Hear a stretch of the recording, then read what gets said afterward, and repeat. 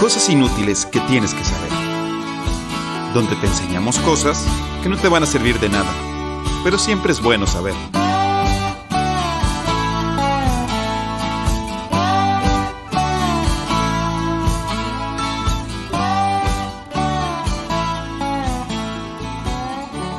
Hola, ¿qué tal? Bienvenidos a un capítulo más de Cosas Inútiles que tienes que saber.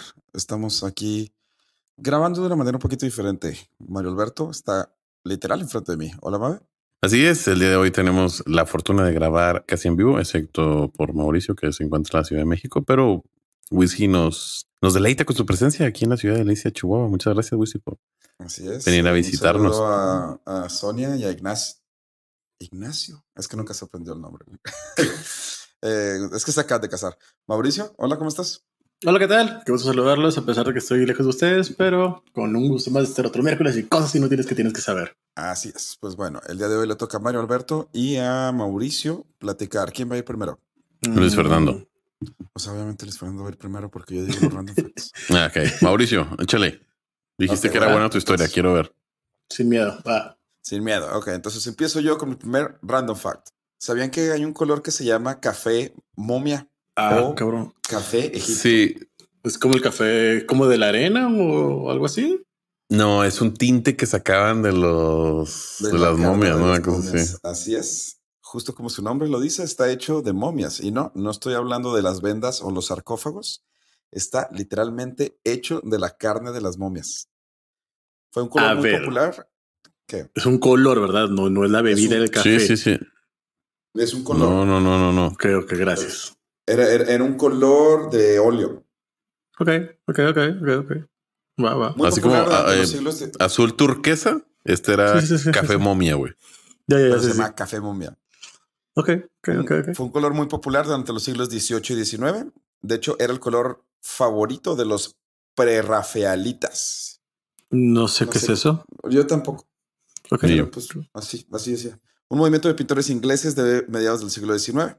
Quizás la pintura más famosa que usa este color es la de La libertad guiando al pueblo. O en francés, La liberté guió la peuple. Ok. De Eugène Delacroix. Sí la reconoces. Esa pintura donde está una mujer con la bandera francesa. Sí, que se están cayendo todos. En plena revolución francesa. Sí. Ajá.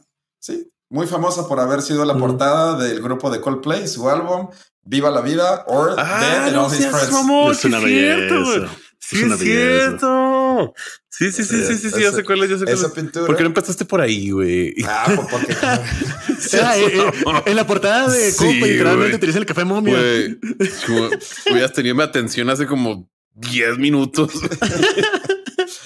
Sí, probablemente esa es la pintura más famosa que utiliza el café momia. Y el color se hacía, como ya dijimos, usando la carne momificada de las momias, vaya la redundancia, que en ese entonces no eran valoradas como lo hacemos hoy en día. Esta se hacía polva, se mezclaba con mirra para crear el color que pues, se usaba para el óleo. La demanda a mediados del siglo XVIII y el XIX era tanta que los traficantes de momias no se daban abasto y algunos de ellos tenían que optar por robarse muertos de la morgue y usar la piel de ellos o de sus esclavos. Vaya. Se había escuchado hablar de que, que ha habido un problema, involucraba momias, pintura y un café, pero no sé muy bien la historia cómo estaba. Para principios del siglo XX la demanda empezó a decaer y la calidad de los productores ya no satisfacía los intereses de los pintores, así que se dejó de usar por completo.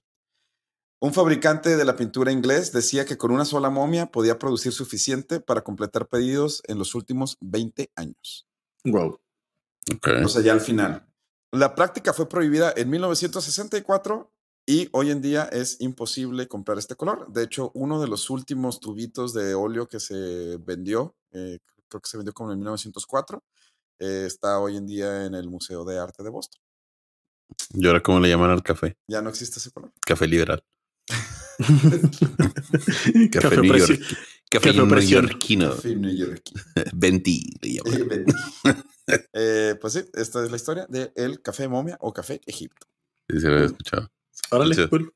Yo no lo he escuchado, la verdad. Y de esa pintura tan famosa de Coldplay.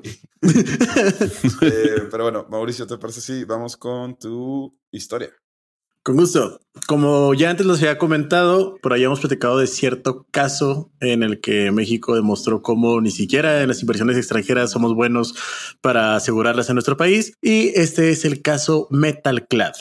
¿Ok? Metalclad. Sí, síganme con esto. Metalclad es una empresa estadounidense que allá por 1990, en aras de la firma del Telecán, pues puso sus ojos en México diciendo de que, oye, pues veo que en México nada más hay un solo lugar en todo el país donde hay contenedores de residuos peligrosos. Pues yo me dedico a hacer residuos peligrosos. Pues me interesa como que pues el tema allá en México, a ver qué onda. Es así como en 1990 comienza a tener pláticas con cierta empresa llamada Cottering S.A.D.C.B. en México, ¿de acuerdo? No es Verán, nada que sepa. Nada. Sí, no yo. te preocupes, vamos bien, No tranquilos. puede ser galletitas Gabesa o algo así. No, no te preocupes, la empresa es el nombre de la empresa, Cottering. Vamos a decirle Cottering y ya.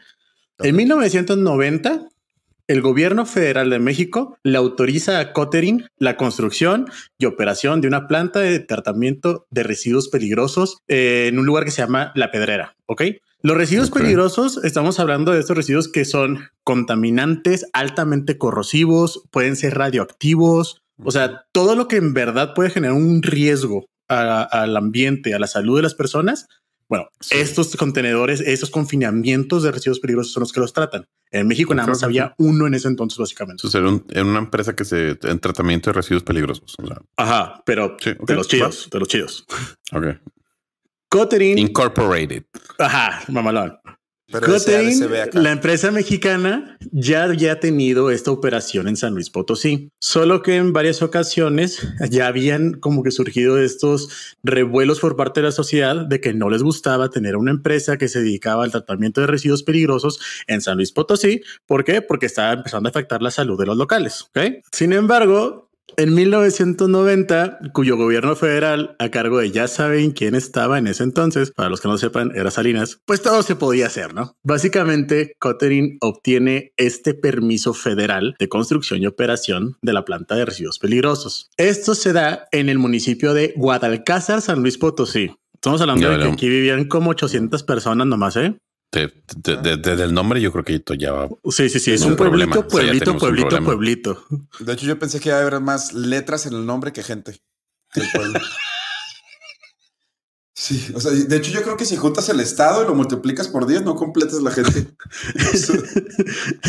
Bueno, ya por esas fechas comenzaban las pláticas entre Metalclad y Cottering. ¿Por qué? Porque Cottering ya estaba en vísperas de tramitar este permisito a nivel federal de una construcción, ahora sí, de un confinamiento de residuos peligrosos en la región de San Luis Potosí.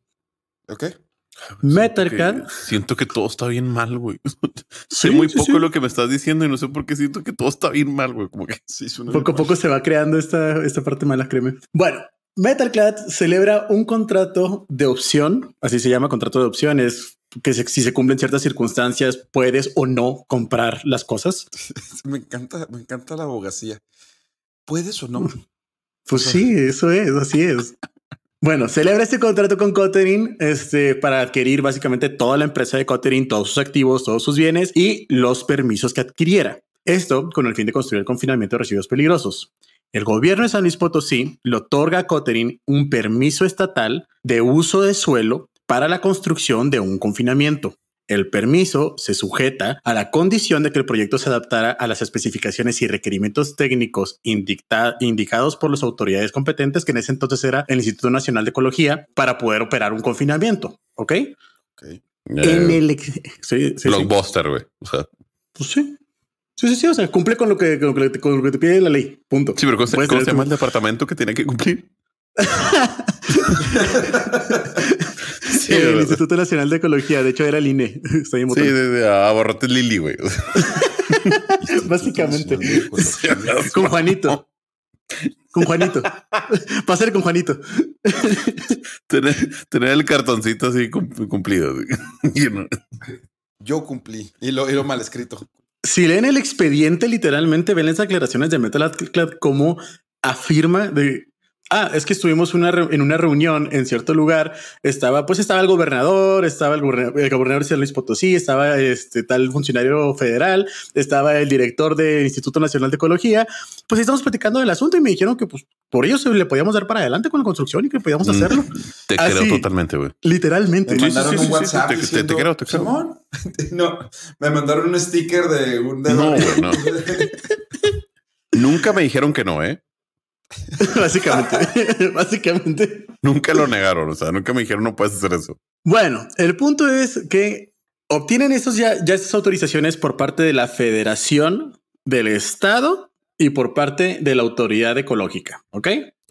Tanto gobierno federal como gobierno estatal, el Instituto Nacional de Ecología ya habían mostrado su apoyo y otorgado las licencias necesarias a MetalClad para que operara su confinamiento. Pero faltaba uno. ¿Del municipio? Básicamente. Verán, la federación en ese entonces se creía tan, pues, plena que básicamente le dijeron a MetalClad, ustedes denle para adelante, no pregunten, no pasa nada.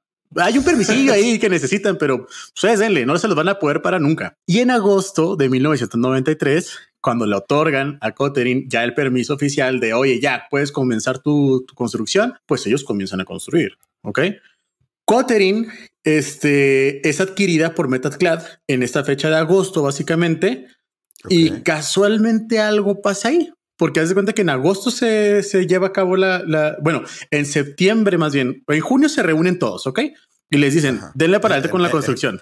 Sí, junio. El restaurante Dinos, así. Ajá, sí, básicamente todos se reúnen y dicen, échenle para adelante. Y luego en septiembre, ya cuando todos tienen el sí, los de MetalClad dicen, ok, oye, Kotelin, ahora sí ya, te compro, adquiero todo lo tuyo. Y cuando pasa esto, como que algo pasó ahí, porque de repente el gobernador de San Luis Potosí dice, no, esto está mal. No, ¿cómo que van a tener un confinamiento? No se puede. Y comienza a hacer una campaña publicitaria en contra de la operación de confinamiento. Esto lo que causa es que no solamente el gobierno del estado ya no estaba de acuerdo, sino que también había asociaciones civiles que comenzaban a tomar mucho auge, que ya no querían que se construyera este confinamiento. Y ya comenzó el problemón. Nuevamente, como que al gobierno le duró pues poquito el enojo, porque para abril de 1994, o sea, como unos 5 o 6 meses después, pues ya estaba feliz de nuevo con la construcción del confinamiento y junto con la autorización del INE con una prórroga, dijeron, MetalClad, tú ya dale para adelante, ya. Todo listo para que ahora sí ya lo haga. Y les dijo adiós a todos en su Mercedes-Benz nuevo, porque iba al aeropuerto de San Luis Potosí para irse por todo un tour por Europa con su esposa y sus hijos. El confinamiento ahora se llama Tlaxcala. Evidentemente, tras la publicidad que había hecho el gobernador de que estaba mal que se hiciera esto y que de repente a los 6 meses dijera, no, sí se podía, siempre sí, causó revuelo. Y esto comenzó a hacer que las asociaciones y básicamente la población, los 800 personas de Guadalcázar, hicieran cierta presión, hicieran mucha presión a las autoridades locales. Pero estamos seguros que ¿qué tal si eran 790? ¿Qué tal si 10 de ahí? Como 860.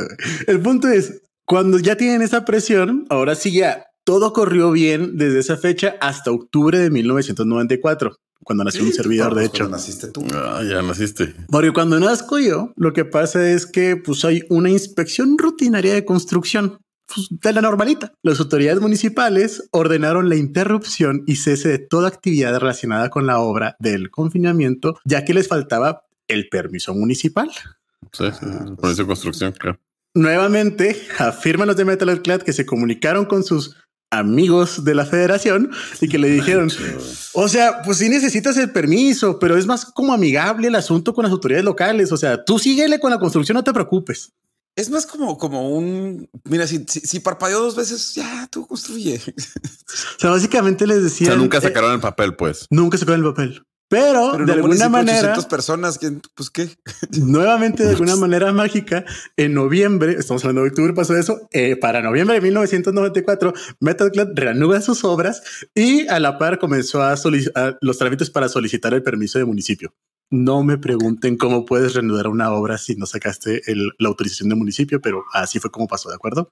Aquí es donde ya comienzan todos los problemas serios. ¿Por qué? Porque ya empieza como que la batalla legal, jurídica, pero a la vez encontramos estas figuras que nunca entendimos que existieron. Por ejemplo, que había un convenio entre la federación y municipio para que permitieran la construcción y operación de metas del confinamiento sin que la autoridad municipal todavía les diera la autorización de construcción. O sea, literalmente duraron años y años peleándose. Bueno, ese año por lo menos de 1994 a 1995, duraron haciendo procesos administrativos, amparos, juicios, buscando la manera de adquirir ese permiso y nunca se los otorgaron. El 25 de noviembre de 1995, en marzo de 1995, por fin se terminó la construcción. Esto sin que tuvieran el permiso del municipio. Pero no necesitas el permiso, pues ya está construido. Metalclad literalmente hizo una inauguración oficial muy formal con la presencia de autoridades de gobierno federal, de gobierno estatal. El evento lo terminó el alcalde, por favor. No, y ese fue el problema exactamente, porque como no lo invitaron, les interrumpieron la inauguración un grupo de manifestantes de los cuales casualmente se encontraban algunos funcionarios del municipio. Les bloquearon la entrada y la salida con autobuses que conducían invitados y de veras no es broma, los estaban conduciendo también los trabajadores del municipio. No es cierto esto. Y pues bueno, de todas maneras, llegamos ya 25 de noviembre de 1995, después de meses de negociación. Metalclad y México, a través del Instituto Nacional de Ecología y la Profepa, en ese entonces existía, celebraron un convenio. Este convenio establecía y permitía la operación del confinamiento por un periodo de 5 años, sujeto a bastantes condiciones que ahora sí les pusieron. Como ya sabían que era un problema ya social, que ya las asociaciones civiles estaban presionando demasiado y que el municipio, parecer, no estaba dejando doblar las manos, lo que le dicen es, oye, sí, nada más que de toda esta área que tú tienes vas a utilizar únicamente esta área, esta otra área la vas a dedicar a reserva ecológica. Ya habían tenido problemas los de Cottering cuando estaban haciendo lo de el tratamiento de residuos, por lo tanto, en cumplimiento vas a activar estas políticas en pro de beneficio y recuperación de espacios ecológicos en favor del Estado. Y pues bueno, todos estábamos de acuerdo aquí, todos pues corría relativamente bonito, pero municipio no doblaba las manos y seguía diciendo, pura madre que tú vas a poder operar esta cosa. Okay. Entonces, ante la constante negativa del gobierno local... Perdón por interrumpir, pero todo esto que estaba pasando con todos los residuos químicos peligrosos. No, se ve uno en México, ¿no? Solamente que era una competencia. No, solo competencia. Pues. También se requería, la verdad. O sea, sí era necesario. Okay. Y bueno, ya durante estos años, o sea, ya son como 5 años de que empiezan ahora sí ya los pleitos entre Metalclad y municipio constantes hasta que llega este caso a parar a un arbitraje. Ok. Ese arbitraje, Metalclad lo decide presentar en contra de México bajo el capítulo 11 del Tratado de Libre Comercio, el Telecan, en ese entonces, y alegaron que México estaba violando sus derechos como inversionista extranjero al negarles el permiso de operar en la instalación. Según Metalclad, esto constituía una expropiación indirecta de su inversión y una violación al trato justo y equitativo. O sea, todos los extranjeros básicamente es como si México te dice, oigan, todos los extranjeros pueden venir aquí a México y pueden invertir y pueden empezar a trabajar. Y cuando llegan a hacerlo y ya están invirtiendo, ya gastaron millones y millones y millones, de repente te dice México, sabes que es que siempre no se podía. Tú no. Sí. O sea, la verdad, sí tienen razón Metalclad en ese sentido. El de que reanudaran, pero es que también si el gobierno federal te dice que sí. Cuando ya comienza a verse todo este tema y que el municipio se da cuenta de que pues la cosa no va por buena pinta para ellos y que muy seguramente Metalclad sí iba a poder recuperar la operación de su planta, se sacaron de veras que esta sí es una de las mejores que yo he visto en mi vida. Pues el presidente municipal se pone a estudiar el tema y dice, oye, ¿sabes qué? Pues, ¿qué te parece si nos aventamos una reserva ecológica en toda esa área de Metalclad? No. ¿Cómo, señor? Es que ahí hay un cactus que nada más se da en esta región y casualmente está en peligro de extinción. No sé. Determinaron como reserva ecológica de protección por peligro de extinción de este cactus de Guadalcázar, San Luis Potosí. Y de esa manera, básicamente, Metalclad no podía ya retomar operaciones en su planta. Claro que con esto, básicamente, termina de señalar el destino de México. Básicamente un presidente municipal de un municipio de 800 personas selló el destino de México con esto, porque esto fue como que ya el detonante de, saben que sí, México es culpable, no mamen. Y eso es lo que pasa. De hecho, después de años de liberaciones en el 2000, el Tribunal de Arbitraje emitió un fallo a favor de Metalclad. El tribunal determinó que México había violado las garantías del Telecán al negar el permiso a Metalclad después de que la empresa hubiera cumplido con todos los requisitos legales y regulatorios para la instalación y la operación de su planta, y pues que había habido una expropiación indirecta de su propiedad. ¿Y cómo? Oye, ¿de dónde era la empresa, perdón? De Estados Unidos. Estados Unidos, ok. Sí, Metalclad. Ok, gracias. Y como resultado, el tribunal le ordenó a México pagar una compensación de $16.7 millones a Metalclad en un término de 5 días. Para aquellos que no estén dimensionando cuánto dinero es esto, se los expongo de esta manera. Es un poco más de 4 veces el presupuesto anual del estado de Chihuahua en términos nominales. No. Básicamente. Para que se den una idea, haz cuenta que 4.5 años Chihuahua pues, no tiene dinero porque todo se fue con Metalclad. Claro que México lo que terminó haciendo fue un convenio con Metalclad para condonarles todos los impuestos que se generaran de su operación aquí en México. Claro que retomaron operaciones, no de ese confinamiento, de hecho, porque ya era una reserva ecológica, pero sí continuaron con esa actividad. Extinguir el cactus. No, pero sí retomaron operaciones. Fueron y extinguieron a otras especies, o sea, no, el cactus no, pero... Pero sí, o sea, sí, les condonaron muchos impuestos. Tengo entendido que hasta la fecha les siguen condonando impuestos, de hecho. O sea, me pago de... y yo creo que de aquí hasta el año 3000. Sí. Y sí, así es como... Grande, o sea, territorialmente el municipio es bastante grande, pero en población está bien chiquito. Sí, te creo. Y sí, así es como... Ahora, es que si se quieren dar una idea de qué tan chico es un pueblo de 800 habitantes, la prepa, la que estudiamos, tenía 1200. Ajá. O sea, sí. La prepa de una ciudad pequeña, de Chihuahua. Sí. No, bueno, es una. El complejo de 4 edificios en el que yo vivía en Shanghai tenía 1500 personas. no más para que te des cuenta. En los 4 de lo pequeño que era esa ciudad. Bueno, así es como un presidente municipal logró que México pagara $16.7 millones a una empresa de Estados Unidos. Lo hubieran invitado a la inauguración. ¿Cuánto es? 16.7 millones de dólares. 272 millones de pesos actualmente. A 17 pesos el dólar. Bueno, en ese entonces hubiera sido un poquito diferente porque el dólar no está a lo que está ahorita.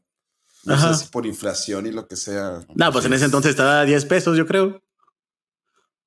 Pues sí, estaba a 10 pesos. Pues sí, pero te puedes completar más cosas con 10 pesos que las que ahora. O sea, sí, de acuerdo.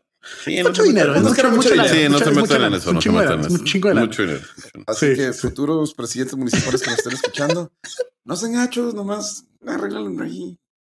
Y por cierto, aquellos que creen que estamos muy lejanos de todo esto a que nos vuelva a pasar, es básicamente lo que está sucediendo ahorita con todo lo de energías renovables. Fue lo que pasó. Creamos una ley literalmente que le permitió a todos los extranjeros venir, poner sus empresas y poder venderle energía a las personas. Y de repente echamos para atrás todo eso.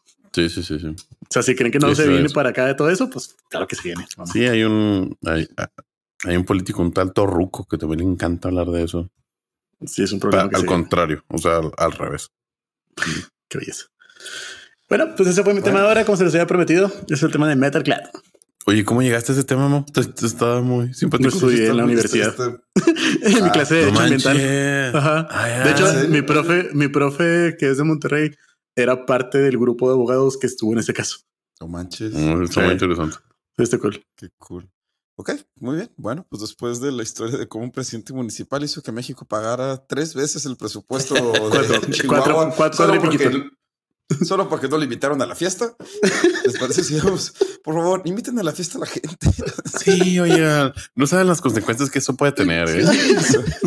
¿Les parece si hacemos una pausa y regresamos con mi random fact? Sure.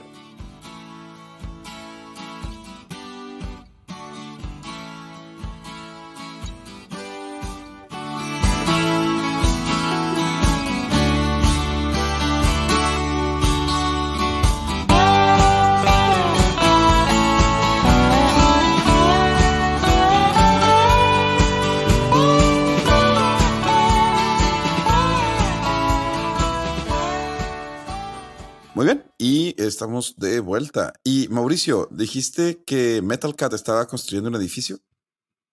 Estaba construyendo más bien un confinamiento. ¿Por? Perfecto, yo escuché construcción. Mi siguiente random fact tiene que ver con construcciones. Este siguiente random fact es gracias a mi amigo Jaime. Saludos, Jaime Pipu, a Barcelona. Él me dio la idea después de haber visto nuestro reel, el único que hemos hecho, de hecho, de cosas inútiles, el primero y único que hemos hecho. Si no lo vieron, pues vayan ahorita a Instagram para verlo. Y si no, pues les digo que en el mismo digo que el Empire State fue el edificio más alto del mundo desde 1931 hasta 1971, cuando se terminaban las Torres Gemelas. Y es el rascacielos que tiene el récord de más años siendo el edificio más alto del mundo. Pero bueno, eso no significa que sea la edificación con más años siendo el edificio más alto del mundo. Así que ahora vamos a repasar un poco los edificios y estructuras más altos de la historia. No se preocupe, vamos a ir rápido. La lista de la historia. De la historia. Wow. Ah, ok. Está cagado. Sí. De hecho, la lista empieza con la historia, con lo más atrás que nos podemos ir y que sabemos que sí existió y es ni más ni menos que la única vieja maravilla del mundo aún en pie. Y las pirámides de Egipto. Sí. Así es, la pirámide de Giza, que con 146.5 metros empezó este récord, porque es el único que podemos comprobar. O sea, antes de eso no sabemos. Construida en el 2570 antes de nuestra era, se mantendría como el edificio más alto conocido por 3.800 años. ¿Son ciento qué? 146.5 metros. Pues no es nada. Pues no, pero por 3.800 años fue el edificio más alto del mundo conocido. Y tenemos la altura del Panteón de Grecia, del Faro de Alejandría, y no eran más altos que la pirámide de Giza. No sabía eso. Es... Lamento decir que es muy bajo, pero... No te preocupes. O sea, no quiero decir que es muy bajo, porque para ese entonces ha sido como que, es altísimo. 3.800 años después, por fin la pirámide de Giza perdería ese título ante la Catedral de Lincoln en Lincoln, Inglaterra.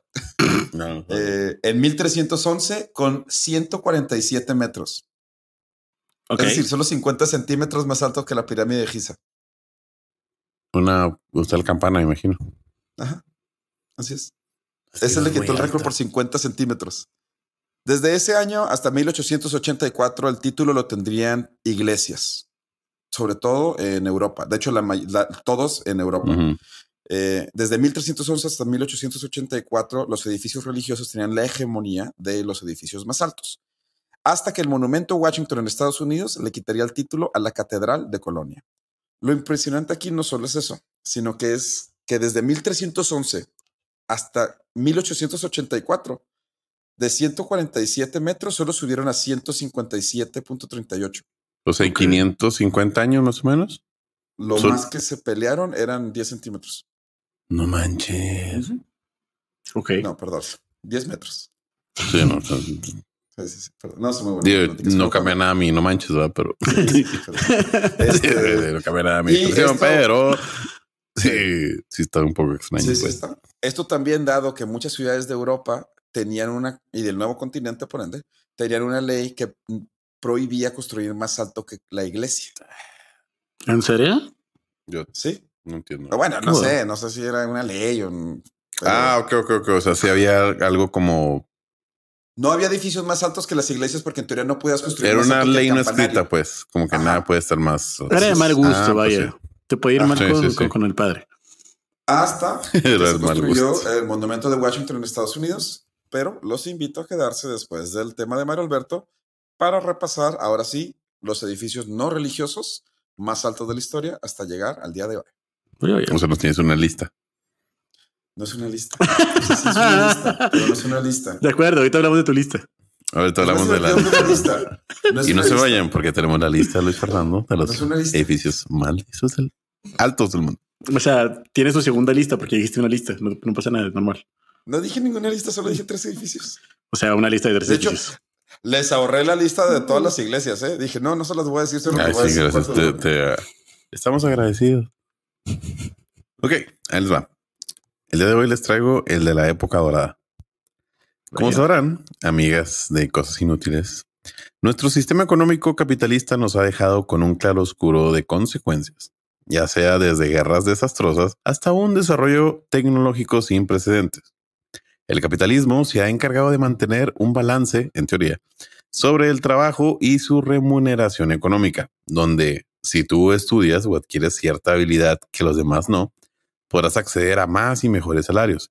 Sin embargo, como en todas las fiestas de mis compas, nunca falta el que sobra. Y pues así como en los países de este lado del charco copiamos todas las Europas, también se copiaron algunas malas prácticas, sobre todo a la hora de ser justos con eso de los monopolios, la libre competencia o a la hora de repartir adecuadamente las utilidades. ¿Utilidades? Se estarán preguntando. No se preocupe, yo tampoco las conozco. Bueno, pues esto de los monopolios, las utilidades y las grandes riquezas no fue en nuestro país azteca, sino en nuestro país vecino, los Estados Unidos. Ahí hubo cierto periodo de tiempo que su economía iba viento en popa. La industrialización había comenzado con el pie derecho y la llamada época dorada arrancaba. Esta época se caracterizó por una explotación total de los recursos naturales, sobre todo minería, y por un enriquecimiento asqueroso para cierto sector privilegiado de Estados Unidos. Acaudaladas y poderosas familias hasta hoy en día se forjaron en este periodo de tiempo. Familias como los Rockefeller, Morgan o Ford son algunas de las más famosas. Siempre se me ha hecho muy intenso que la riqueza de los Rockefeller viene de... Sí, güey. No, o sea... Sí, es que está bien gacho. Pero son muchas más familias, muchas más. Y pues, ¿qué hace una familia cuando ya tiene asegurado el futuro de sus tataranietos y básicamente tiene más dinero que países enteros? Literal. Pues, un desmadre. Así es. Si usted creía que el día de hoy le platicaría de historias de superación, trabajo duro que concluyó en alguna historia ejemplar, señor, por favor. Pero como siempre, amigos, amigas, ¿cómo llegamos hasta aquí? Pues resulta que después de la Guerra Civil de Estados Unidos, aquella pelea donde los estados del sur se dieron en la madre contra los del norte por algunas leyes que según ellos no les favorecían, sobre todo la abolición de la esclavitud. Bueno, pues después de este amargo episodio en la historia del país de los Walmart y los RadioCheck, se dio una repentina aceleración económica impulsada literal por el ferrocarril, la minería y la consolidación de grandes bancos. Estados Unidos era la tierra prometida y millones de inmigrantes europeos llegaron para vivirlo. Sin embargo, como nos indica la segunda ley de la termodinámica, que yo creo que Wizzy se recuerda. A toda acción hay una reacción en la misma fuerza, pero hacia la dirección contraria. Exactamente. Y es la misma razón por la cual no puedo comer 4 hot dogs y un 12 de ultra. No hay lonche gratis. No hay lonche gratis. No hay lonche gratis. La Edad Dorada o Gilded Age vino a darle otro significado a la palabra desigualdad. O más bien ponerle fotos para cuando usted busque la palabra en Google desigualdad. Neta, si busquen la palabra desigualdad y les va a aparecer esto. A ver. Si quieren poner alguna imagen en su cabeza, imaginen al típico niño con saco, boina, lleno como de hollín, yendo a una fábrica de carbón en Estados Unidos. Yo creo que todos nos podemos imaginar eso. Sí. Ok, bienvenidos a la Gilded Age. El detalle de esto es que si bien la mayoría de las personas vivían en condiciones deplorables, existía o existe un cierto grupo privilegiado, muy privilegiado, de hecho, tan privilegiado que entre 1860 y 1900, el 10% de la población estadounidense más rica poseía el 75% de la riqueza. Okay. No, espérate. El 40% de la población básicamente no tenía o no contaba con algún bien. Y el 1% de la población tenía el 51% de las propiedades del país. El 1%, era dueño de más de la mitad del país. Sí. Rayos. Damn. Y el detalle es que digamos que no se molestaban en esconder sus lujos y extravagancias. De hecho, la imagen que tenemos del rico gordo con sombrero alto, redondo, nace en estos años. Los aristócratas millonarios ya no venían de la nobleza, sino de las grandes industrias y grandes bancos, y con ellos, pues, alguno que otro lujo digno de aparecer en su podcast menos favorito que Adán Augusto de Morena. Vamos a comenzar con John D. Rockefeller, pionero de la industria petrolera. Tenía una supermansión en un predio de 13 kilómetros cuadrados, donde el magnate tuvo que mandar quitar una vía del tren. Ah, mira. O más bien reubicar. ¿Por qué? Se estarán preguntando. ¿Acaso estaba muy cerca de su cocina? No, no era por eso. El humo de los trenes que pasaba llegaba al green del hoyo 3. de su campo de golf. Mira nomás. Y pues, sí, así que lo mandó a reubicar. Yo sí lo entiendo. El hoyo 3 por lo general es un par 3, güey. No mames, güey. Es un par 3, güey. Ahí puede ser hoy en 1, güey. No se vale, güey. No se vale, neta, güey. No puedes perder visibilidad. Ay, apenas estás empezando la pelea. ¿Tú crees que lo iba a dejar pasar? ¿Tú crees que lo iba a dejar pasar? No, de hecho lo tiene ahí escrito. Probablemente tiene entre paréntesis dejar que Mauricio diga algo sobre el golf. Obviamente se iba a decir. Y se dijo. Bueno. Sí, y si ustedes creen que esta es su mayor rabieta, están muy mal. En 1929, para poder extender sus propiedades, mandó comprar un pueblo entero, desalojando a 46 familias. Básicamente compró la ciudad de Esville. O sea, mandó su contador y le dijo cuánto vale la ciudad. Ok. Básicamente compró Gualcalzar. Sí, no, pues le dijo, oiga, me está faltando esa parte, y dijo, no, pues díganles a las familias cuánto cuesta la ciudad. Vaya. O sea, muy bien. O sea, para que esto era la época dorada de Estados Unidos. A este nivel llegaba lo asquerosamente ricos que eran. Seguimos con la familia de Vanderbilt. Esta familia de pasado naviero tiene el récord que hasta hoy, hasta hoy sigue en pie. Y es que construyeron la casa privada más grande habitable de Estados Unidos. Una propiedad de 12,500 metros cuadrados, la cual nombró Biltmore State. Esta casa, que para que se den una idea, es 1.5 veces un campo de fútbol. O sea, es una casa. Una casa, pero 1.5 veces un campo de fútbol. No manches. O sea, de construcción. Sí. A la madre. Sí. O sea, un campo de fútbol más la mitad del campo de fútbol. Eso es mucho. De construcción habitable. Eso es mucho. Tiene una biblioteca de 10,000 libros, una alberca y una línea de boliche. Estamos hablando de los 1900. Yo creo que ahorita van a decir, ay, sí, la de Britney Spears tiene eso. Sí, güey. Estamos hablando de 1920, güey. Rayos. 12,500 metros cuadrados. Dejemos los inmuebles por un lado y vayamos con algo más exótico. Si alguna vez soñaron con su propio avión privado, déjenme decirles que hay algo aún más excéntrico. Y es que a finales de 1800 la tecnología aún no tenía vuelos comerciales, pero había otra forma de hacerles ver que eras estúpidamente rico. ¿Y qué podías tener privado si no había aviones? ¿Alguna sugerencia, amigos? ¿Qué podía? ¿Barcos? No. ¿Caballos? O sea, mamón, güey. Todo el mundo tenía su caballo privado, güey.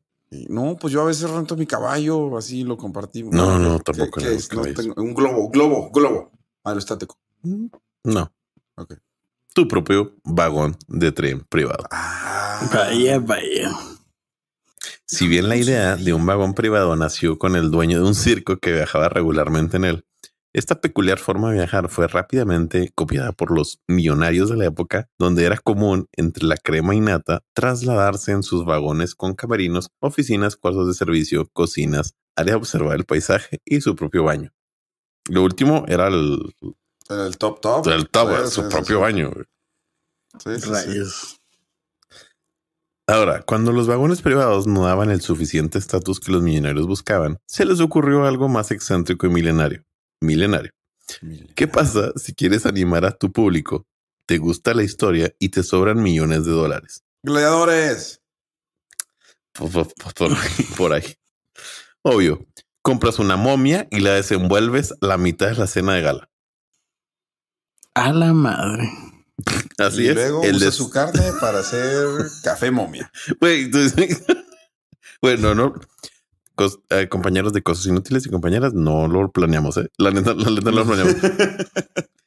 Así es. Hoy les voy a hablar del desenvolvimiento de momias.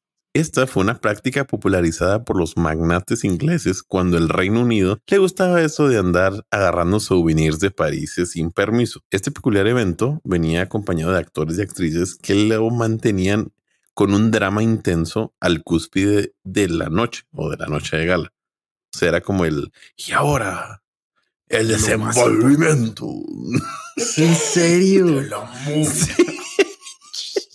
Güey, no es cierto. Y de seguro estaba un creador de pinturas ahí Ay, man. ¿Saben cuánto café puedo tener? Todas esas pinturas que no se van a pintar por usted. Todas esas pinturas naranjas que tengo. Porque Ya que andamos con eso de las fiestas, pasemos a la noche en la que no noté el nombre, pero se llama CKG Billing. Dio una fiesta en la que se tenía que comer montado en un caballo. Perfecto. Este millonario rentó ¿Quién un tiene que estar salón. montado en el caballo? Los que comieron. Pero sí. Este millonario rentó un salón, el cual adornó de manera campestre, metió 33 caballos, los cuales subió por los ascensores. Les adaptó una bandeja de plata en la montura y ofreció una cena para sus invitados, los cuales tenían que comer arriba del caballo, en una media luna. Muy bien. Ok. Y los 33 caballos eran de él, supongo, espero. Supongo. Ese era lo más excéntrico que quiso. Y si creían que este tipo de extravagancias eran solo de los hombres, están muy equivocados. Las mujeres no se escapan. No solamente gastaban millones de dólares en atuendos y joyas, los cuales viajaban a Milán y a París a comprarlos. Una de ellas fue Marion Graves Anton Fish, quien se autoproclamaba la creadora de diversión. En sus lujosas fiestas solía tener alguna que otra sorpresa. En una de ellas vistió a monos con smoking y dijo que eran príncipes de países lejanos. Ay, no. ¿Es en serio esto? No, sí. La gente se la creyó. La gente se la creyó. Bueno, se rió, no sé si la creyó. Dice que la gente se divirtió. No sé. En otra ocasión vistió a una persona como el zar de Rusia y la gente creyó que estaba platicando con el zar de Rusia. La madre. En esas fiestas se acostumbraba a que no había personas que les ayudaran, o sea, como meseros, sí, porque había túneles en la casa para que la gente no viera a las personas que ayudaban con la limpieza. ¿Porque había qué? Había túneles y... O sea, para que los de la limpieza se movieran por ahí. Sí. Esta es la mansión de Marion Graves Anton Fish. No manches. Bienvenido al The Golden Age de United States. Eso. Land of Opportunity. Maldita Freedom sea. and American Grace. Freedom and Freedom. Esos eran white chickens, no como los de hoy en día. Sí, güey. Sí, esos eran white chickens, no chingados. Eso sí, eres white chickens, así 100%. Uy, está bien mal. Yo cuando entre más me metí a esa historia decía, hijo de su pinche madre, por favor. Ya no como tu primo que va a la Fórmula 1 cada mes. estos podrían haber construido su propia pista de Fórmula 1. Sí, Fórmula 1. Sí. Sí. Pues, esa es mi historia del día de hoy. Espero les haya gustado. Eso es lo que pasa cuando el 1% de tu población controla. Sí, el 50% de las propiedades del país. Está súper mal. No. Mauricio no ha dejado de pensar en el campo de golf. O sea, sí, güey. Sí, debe estar de hueva. O sea, el hoyo del hoyo 1, güey. O sea, el par 3, güey. No mames, güey. No se visualiza batallando con el humo. O sea, güey, no mames, o sea. Sí. Sí dice, si en Delicias cuando suena el tren me molesta. Sí, imagínate ahí cerquita. Güey, yo tengo un tren aquí al lado también donde vivo, güey. Entonces sí, está la chingada. Muy bien. Ok. ¿Les parece si vamos a una pausa y regresamos con tu lista? No, mi enumerado de los edificios más altos de la historia y cómo llegaron ahí. Claro, tu lista. Vámonos.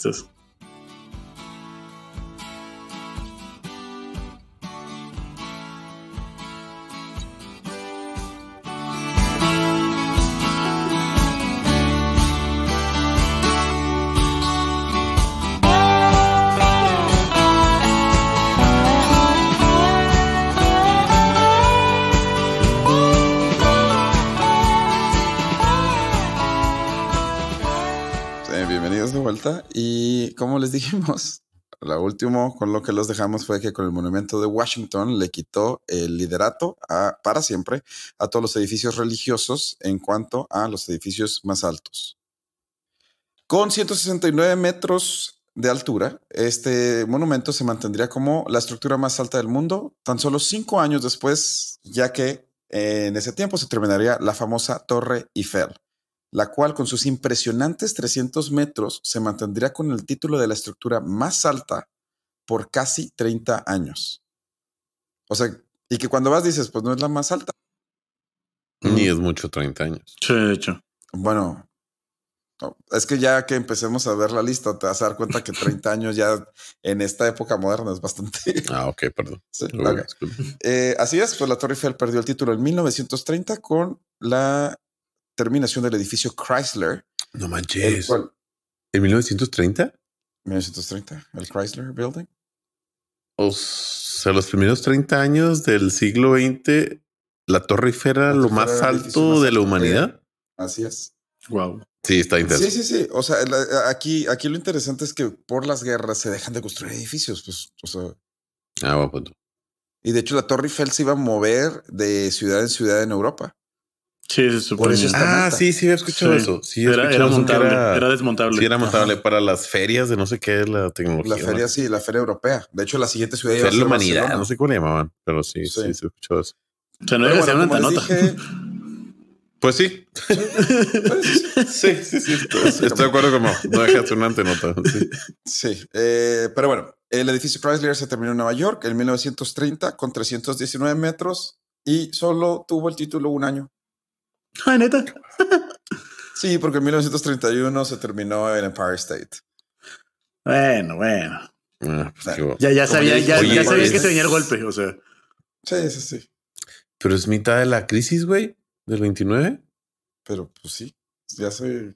Es que en ese entonces era como que una competencia entre varios países y Estados Unidos quería tener el edificio más alto y por eso construyó el Empire State. Y de hecho hizo tan buen trabajo que el Empire State se mantuvo como el más alto durante 40 años. De 1931 hasta 1971 con la terminación de las Torres Gemelas. Si vieron el reel, ya lo saben. Sobre todo la Torre 1 porque era la que tenía la antena. No manches. La Torre Gemela número 1 tendría, o el World Trade Center 1, tendría el título tan solo 2 años hasta que se terminó la famosa Torre Sears. Ay, qué bueno, porque creí que era por otra razón. Willis, pero nadie le va a llamar. No, Mauricio, no era otra razón.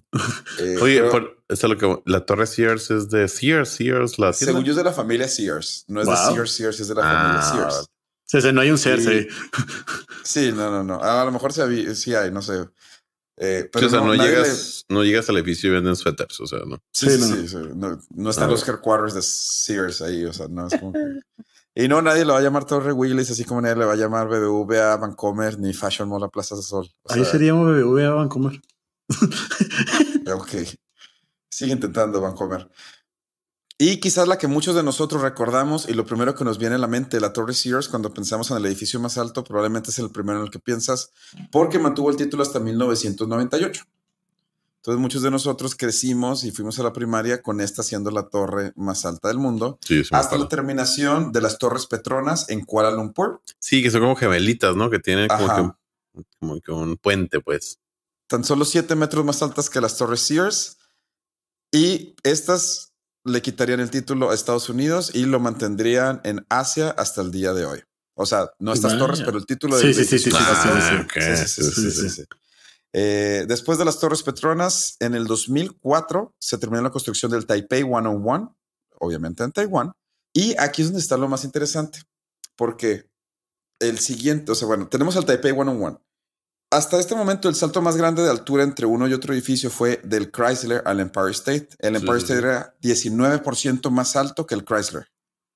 El resto de los edificios eran entre 6 y 13%. En el 2010 llegaría el indiscutible edificio más alto del mundo con 828 metros de altura. Un 62% más alta que Taipei 101, al que le quitó el título, el Burj Khalifa en Dubái. Se mantiene desde el 2010 como el edificio más alto del mundo. Es tan alto que durante el Ramadán, la gente del piso de mero arriba tiene que empezar su ayuno 7 minutos antes que los que están en el piso. Por el sol, lo que lo ven. Así es, porque el amanecer llega 7 minutos antes a la cima de la torre que abajo. Rayos. Sí, wow. Y hablando parece, de ricos, güey. Este título parece que el Burj Khalifa lo mantendrá por un buen rato, ya que por lo menos en los edificios planeados solo hay uno que le puede quitar el título, la Torre de Jeddah, la cual se espera que mida 1000 metros, pero lleva 10 años ya sin ser construida. O sea, sí, está parada desde hace 10 años. O sea, va a medir 1 kilómetro. En teoría. Y no tiene... Lleva 10 años en construcción. Desde el 2020 no se ha construido nada. Pues ya. O sea, en planeación de construcción. De hecho, no, o sea, se empezó a construir. Okay. Y cuando iba a los 400, 500 metros empezó como que a ver de que problemas. Una huelga y luego hubo unos pedillos en Arabia Saudita. Pues la detuvieron un poco. Sí, pues sacaron a los constructores. Y de hecho ahorita ya no tiene fecha de determinación. Y de los edificios que están ahorita hoy en día planeados y en construcción, no hay ninguno más alto que el Burj Khalifa todavía. Rayos. Así que podemos esperar que el título, si la Torre de Jeddah nos da la sorpresa. ¿Cuánto mide? 800 metros. 828 metros de altura. Que de hecho estaba planeado. Que está demostrando que Tom Cruise se tomó una foto literalmente en la cúspide de Burj Khalifa para promocionar Misión Imposible 4. Misión Imposible. Sí. De hecho estaba planeado para medir 1200 metros. ¿No? No se pudo. Tom Cruise no quiso. Ya le daba miedo. Sí, dijo que ni padre, que no se subía. No mames. Pues sí, así es. Ya después les platicaré el motivo por qué el título ya no y nunca va a estar en Europa ni en el continente americano. O sea, podemos decir que ese título no va a volver a América. No. Por motivos legales y de seguridad de construcción. Ah, ¿en serio? O sea, ya no tenemos permisos aquí. Sí. Ah, qué belleza. Por los mismos motivos que la historia de Mauricio. Exacto.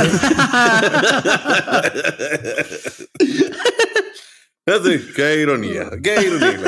Así se conectan las tres historias. Bienvenidos a Cosas Inútiles que tienes que saber. Muchas gracias por escuchar Cosas Inútiles que tienes que saber. Entonces platicamos de momias y pinturas, de inversión extranjera siempre. Y leyes. Y de gente rica construyendo edificios para impresionar a su vecino. Bienvenido. De hecho, lo más triste de todo es el segundo edificio más alto del mundo hasta hace como unos 3 años era la Torre de Shanghai. Ok. Y China lo construyó para tener, pues ya nunca le iban a ganar al Burj Khalifa. Y lo peor es que ni siquiera pueden tener el edificio más alto de su continente porque el Burj Khalifa está en Asia. Y sería el edificio más alto de cualquier otro continente. Sí, ya entendí. No es porque está ahí, vale más. Continente de los edificios altos, entonces no puede. Ay, triste. Sí. Problemas del primer mundo. Sí. Que por cierto, México tiene. Sí, la torre latinoamericana, ¿no?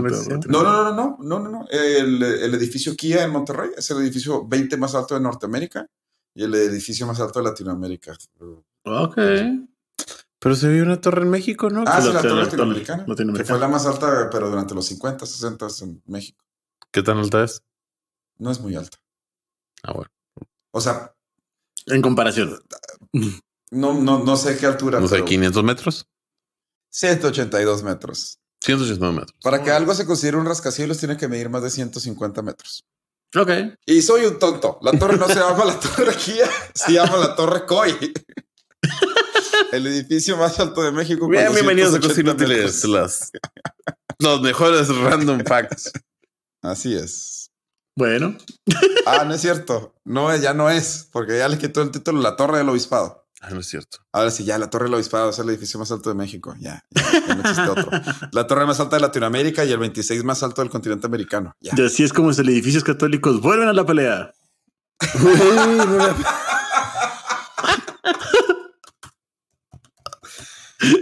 Sí. Bueno, ya aquí terminamos el capítulo. Muchas gracias por acompañarnos en un capítulo más de Cosas Inútiles que tienes que saber. No olviden votar en cosasinútiles.com. ¿Algo que quieran decir antes de despedirse? Cuídense mucho, nos vemos. Gracias por escucharnos. Nos vemos a la siguiente. Chao.